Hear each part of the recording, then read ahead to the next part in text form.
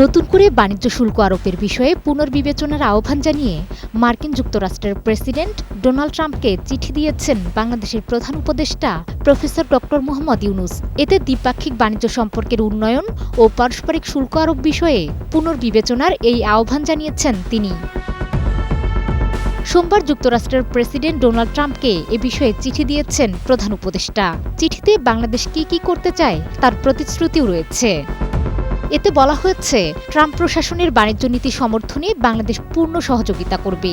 যুক্তরাষ্ট্রের নতুন প্রশাসন দায়িত্ব গ্রহণের পরপরই বাংলাদেশের উচ্চ পর্যায়ের প্রতিনিধি দল ওয়াশিংটন ডিসি সফর করে মার্কিন রপ্তানি বাড়ানোর আগ্রহ প্রকাশ করে, যা দক্ষিণ এশিয়ার মধ্যে প্রথম দেশ হিসেবে বাংলাদেশই যুক্তরাষ্ট্রের নতুন প্রশাসনের সঙ্গে এমন বাণিজ্যিক সম্পর্ক গড়ে তোলার উদ্যোগ নেয়।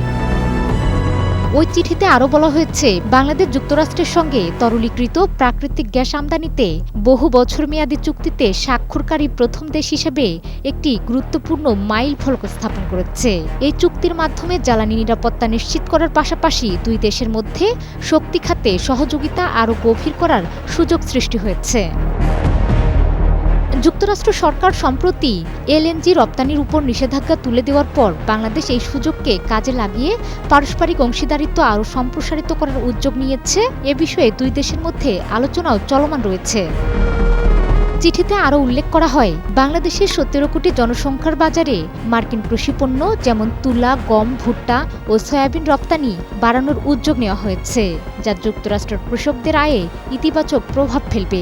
মার্কিন তুলার দ্রুত আমদানির সুবিধার্থে বাংলাদেশে একটি বিশেষ বন্ডেড গুদাম সুবিধা চালু করা হচ্ছে, যেখানে এই পণ্যগুলো শুল্কমুক্তভাবে সংরক্ষণ করা যাবে।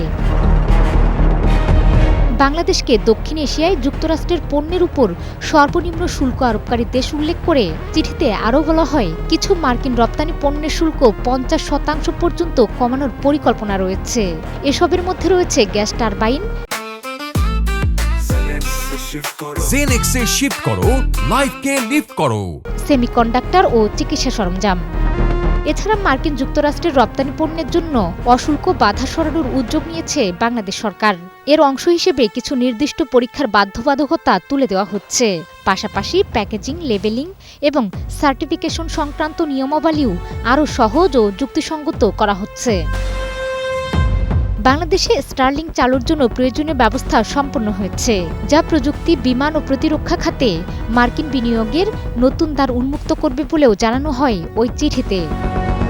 সবশেষ যুক্তরাষ্ট্রের প্রেসিডেন্টকে 3 মাসের জন্য বাংলাদেশি পণ্যের উপর প্রস্তাবিত পারস্পরিক শুল্ক আরোপ স্থগিত রাখতে বাংলাদেশ সরকারের পক্ষ থেকে অনুরোধ জানানো হয়। মাহমুদা বিথি, 21 টেলিভিশন।